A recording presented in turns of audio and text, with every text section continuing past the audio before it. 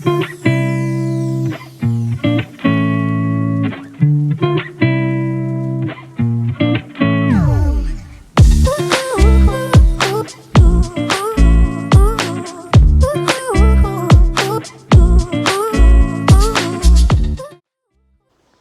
arkadaşlar. Şu anda Harran'dayız. Harran gezimize devam ediyoruz. Tarihiyle pek de şu anda bağdaşmayan bir yer olsa da nedeni ilk üniversitenin olduğu yer. Ama şu anda böyle.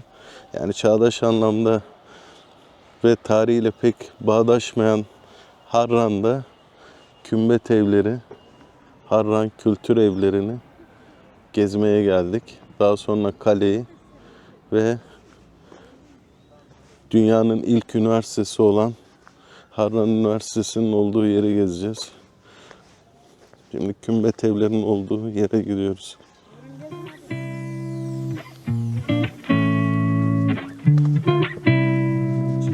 Hoş bulduk.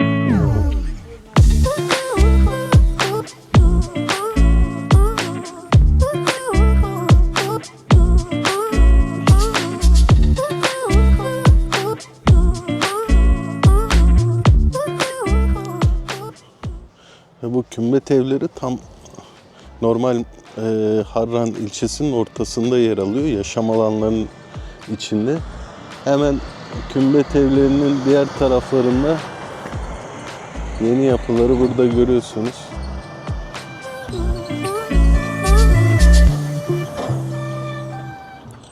Harran Urfa'ya 40 kilometre mesafede, çok uzak bir ilçe değil. Küçük ufak bir ilçesi.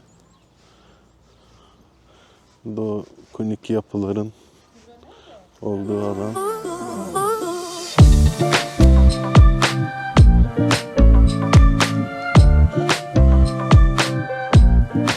Harran Kümbet Evleri Harran ilçesinde kalenin etrafında bulunmaktadır. Bu yapıların kerpiç ve toprak ana malzemesi. Yazın iklim koşullarında serin tuttuğu, kışın da sıcak tuttuğu düşünülüyor. Konik yapılı şeyler. Efendim? Bilgi verim isterseniz. Evet, sen de bilgi ver biraz. Öncelikle Harran'a hoş geldiniz. Hoş bulduk. Harran kubbeleleri oluyor. Evet. Bunlar 500 yıllık. Her kubbesi 1500 ile 1600 sudan örülmüş. Evet. Bunların tarihi 1500 yıla dayanıyor. Aynı zamanda eskiden vergi memuru para istemin gelince vermediler mi? Köşktekiler taş çekiyor, kubbeler hepsi yıkılıyorlar. Evet. Şu Emrin köşe. başının ikram atasözü de köşktekilerden taştan geliyor. Bir de bu Evet. evlerde bir baba, bir de hanım, 25 çocuk yaşıyorlardı eskiden. Evet. Mesela bu evler size dedelerinizden mi kaldı yoksa Atalarımızdan kaldı. yani eskiden çok Evet, ama değil mi? eskiden. Evet. İnsanlar eskiden 500 yıl önce sıcaktan korunabilmek için kar şeklinde bindirme tekniğiyle inşa etmişler bu evleri. Hı hı. Bu evlerden iki ülkede de görebilirsiniz. Evet. Suriye bir de İtalya. Suriye buradan 18 kilometre. Güneyimizde oluyor. Buradan bir kısmı Suriye'nin Halep'ine gidiyorlar. Halep'te inşa ediyorlar. Bir diğeri İtalya Puglia bölgesi. Eskiden buraya İtalyan ressam geliyor. Harran'ın şiddetli sıcaklarından hastalanıyor. Bu evlerden birinde kalıyor. Hemen iyileştiğini fark ediyor. Bu evin içini dışını çizip ülkesini de yapıyor. Zaten bu evler doğalmaz zaman Romanların ikisi kere şaşıran bir çimentodan. Bir de bazı rakamın küçük olması A'ya saygı amaçlı. Bazı rakamın büyük olması A kendini cömert gösteriyor. Kapı merkezi açıktır anlamına geliyor. Bir de 15 odalı birbirine bağlantılı. Evet. Labirent gibi böyle. Anladım. Yani bu hepsi bunların bir tek ev, bir aileye aitmiş bir değil aile, mi? Oda evet. oda olan. Yani 15 Anladım. oda Tamam, teşekkürler.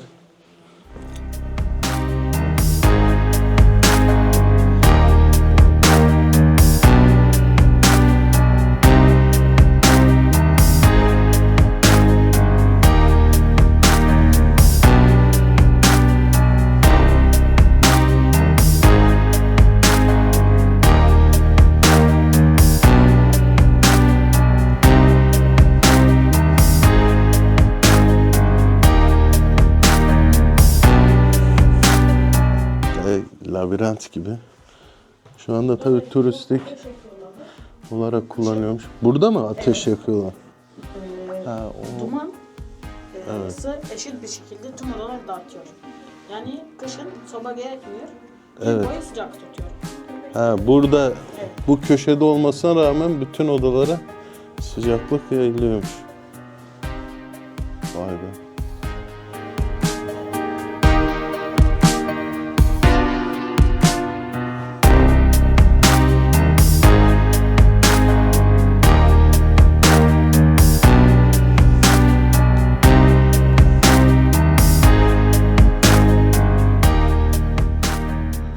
Harran'da yetişen pamuk. Böyle. Harran Kümbet Evleri gezilerimize devam ediyoruz. En meşhurlarından olan diğer bir kümbet eve geldik. Burada yine büyük kümbet evler bulunmakta. Evet, bu kümbet ev alanı gerçekten çok büyük. Burada develer de var. Birazdan şu üniversite alanına da gideceğiz. Dünyanın ilk üniversitesi. Yani 1000 yıl önce burada bir gözlem, astronomi ve dünyanın ilk üniversitesi varken 1000 yıl sonraki durumu böyle.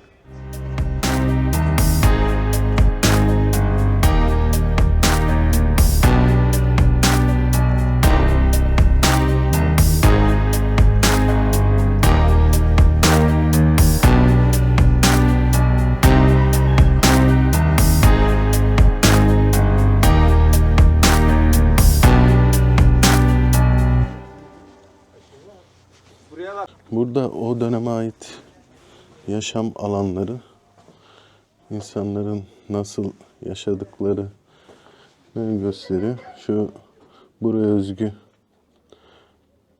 yatak olarak adlandırılan, hatta bunların daha büyükleri dışarıda akşam serinliğinde üstünde oturmak için kullanılıyor.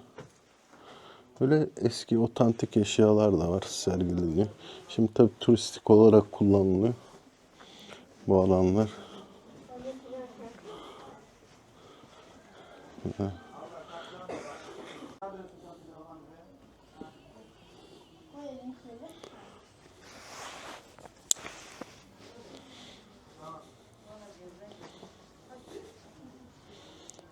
Su kuyu, su. Burada un dövmek için değirmen eski. Eski aletler. Burada ocak.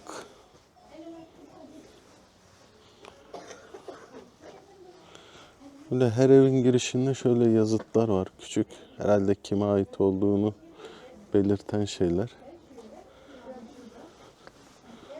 O dönemi bakır eşyaları ve evin ana giriş kapısı.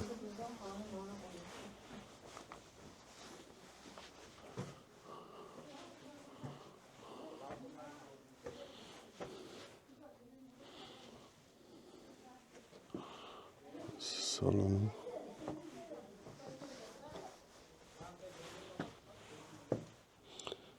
Ve odada. Genel böyle büyük bir avlu içinde peş peşe kümbet evi. Bu kümbetlerin her biri bir odayı temsil ediyor gibi. Sadece şu salonda 3 tane var herhalde, salon tarafında bir. Geneli hepsi, her bir kümbet bir alanı temsil ediyor gibi. O büyüklükte, yani bir oda büyüklüğünde. İçerisi de gerçekten, yani dışarısı sıcak olmasına rağmen içeriye girdiğinizde bir klima etkisi oluyor. Dediğim gibi yazın içinde durduğumuzda o serinliği hissediyorsun.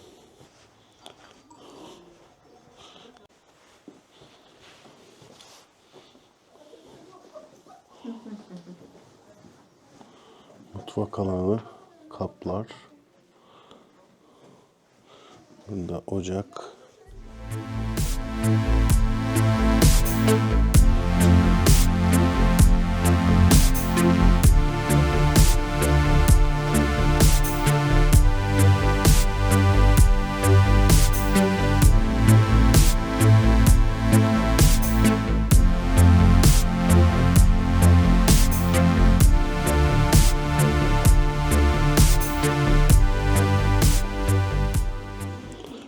Böyle evin kenarında bulunan küçük kafede masanın üstünde böyle bakır tepsiler var. Burada içeceğinizi burada servis ediyorlar. Böyle oturabileceğiniz güzel bir alan da var.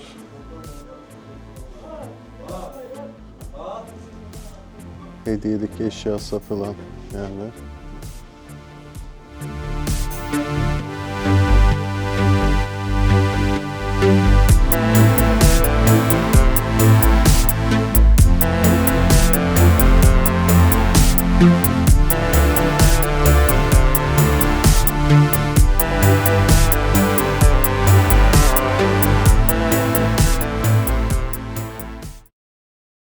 Harran gezimizde dünyanın ilk üniversitesi olan şu karşıda göğe doğru yükselen yaklaşık 20-25 katlı apartman büyük yüksekliğindeki dünyanın ilk üniversitesinin bulunduğu alana geldik. En parlak dönemini 8. yüzyılda, milattan sonra 8. yüzyılda Sabit bin Kurra ve Battani gibi önemli bilim adamlarının burada yetiştiği söyleniyor. Matematik, fizik, astroloji alanında burada eğitimler görülmüş. Dünyanın ilk üniversitesi Şanlıurfa Harran'da. Tabii her ne kadar Oxford olsa okurduk diyen İbrahim Tatlıses'in memleketi olsa da ama aslında dünyanın ilk üniversitesi hemen yanı başındaydı. İki fırın bir de tuvaletler şey de var. İlaç şişesi. Ne, üniversitenin içinde mi, o gökdelenin içinde mi? Evet. Hı.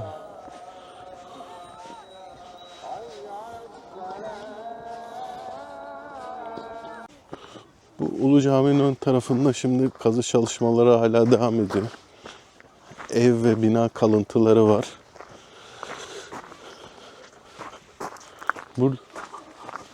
Burada bu caminin ön duvarıyla ilgili restorasyon yapıldı.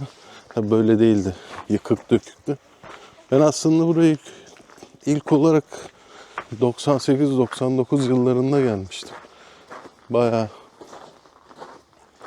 o zaman tabii hiçbir koruma önlemi şu bu yoktu. Taşların ve buluntuların kaybolduğu, alınıp götürüldüğü söyleniyordu yerli halk tarafından. Şimdi şöyle yapılar arasında ilginç koridorlar var. Bunlar burada evin odaları, şeyleri hepsi duruyor yani ayakta, çoğu ayakta, sadece üst tavan kısımları şey olmuş, yıkılmış. Evet, üniversitenin ilk gözlem kulesinin olduğu yer. Bu yukarıda tuğla, kırmızı tuğla kısmı var. Orası da sonradan restore edildi. Ama alt tarafa kadar o ilk ana basamağın olduğu yere kadar ayaktaydı. Yani yıkılmamıştı bu gözlem kulesi. Şurası da Revaklı Avlu diye geçiyor. Gözlem kulesinin ön tarafındaki avlu. Burası şadırvan. O dönemde camide namaz kılmak için abdest alınan yerler. Şu kenarlarında oturup gelen sudan burada insanlar abdest alıp namaza gidiyorlarmış.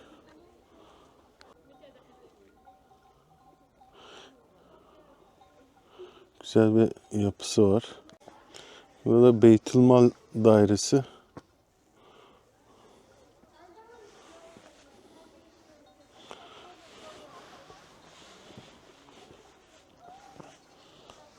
Tabii yapıda büyük bir tarihat var yani artık depremden dolayı mı neden dolayı zamanında yıkılmış çok az bir şey ayakta kalmış. Aslında çok eski bir yapı değil. Tabii şeye uğrayacak bir yapı da değil. Tabii şu bloklar da restore edildi. Burada da bir restorasyon var. Şöyle geliyoruz. Ulu Cami'nin şu tarafı orijinal duvarları. Hala ayakta. Sütunlar.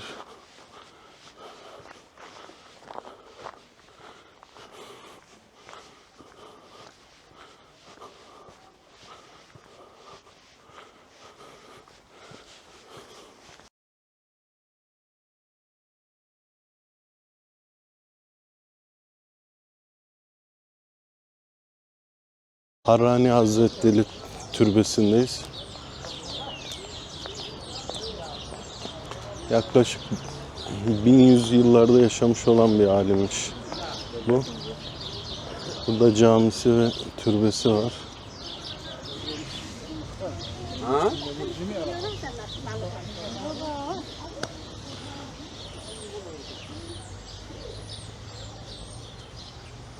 Burada hemen Harran'a girişte hemen sağ tarafta bulunuyor. Hayat Harrani Hazretleri Türbesi. Burası da eski mezarlık. Eski tarihi mezarlık burada. Hayat bin Kays el Harrani.